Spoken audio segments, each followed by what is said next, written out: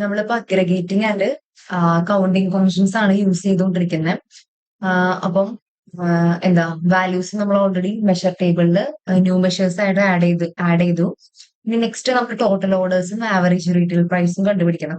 അപ്പൊ total orders എന്ന് പറയുന്നത് എന്താ, ഓർഡർ നമ്പറിന്റെ കൗണ്ട് ആണ് ടോട്ടൽ ഓർഡേഴ്സ് എന്ന് പറയുന്നത്. നമ്മൾ ഡിസ്റ്റിങ് കൗണ്ട് ആണ് യൂസ് ചെയ്യുന്നത്. സെയിൽസ് ഡാറ്റ എന്ന് പറയുന്ന ടേബിളിലെ ഓർഡർ ക്വാണ്ടിറ്റി എന്ന് പറയുന്ന കോളത്തിന്റെ ഡിസ്റ്റിങ് കൗണ്ട് ആണ് നമ്മൾ കാണേണ്ടത്. അപ്പൊ അതെങ്ങനെയാണ് കാണുന്നത് നോക്കാം.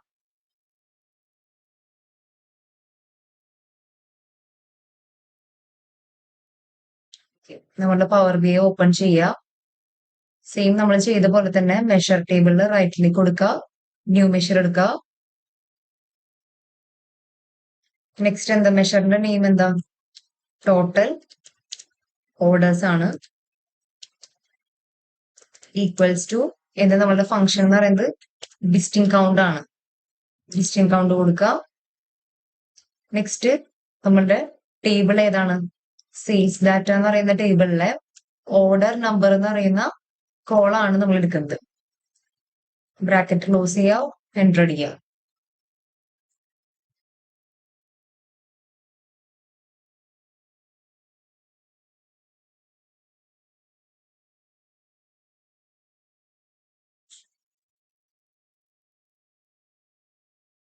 ഇനി വീണ്ടും നമുക്ക് എന്താ കാണേണ്ടത്, ആവറേജ് റീറ്റെയിൽ പ്രൈസ് ആണ് കണ്ടുപിടിക്കേണ്ടത്.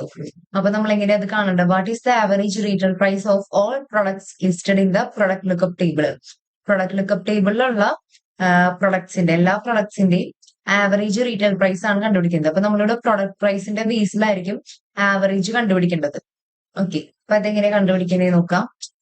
നമ്മൾ സെയിം മെഷർ ടേബിളില് ന്യൂ മെഷർ എടുക്കുക.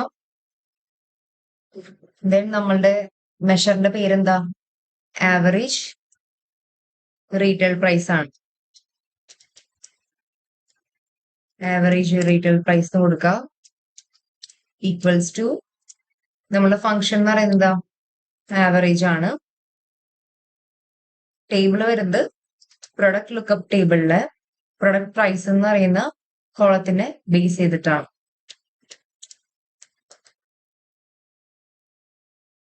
ഓക്കെ, ബ്രാക്കറ്റ് ക്ലോസ് ചെയ്യുക. ഓക്കെ,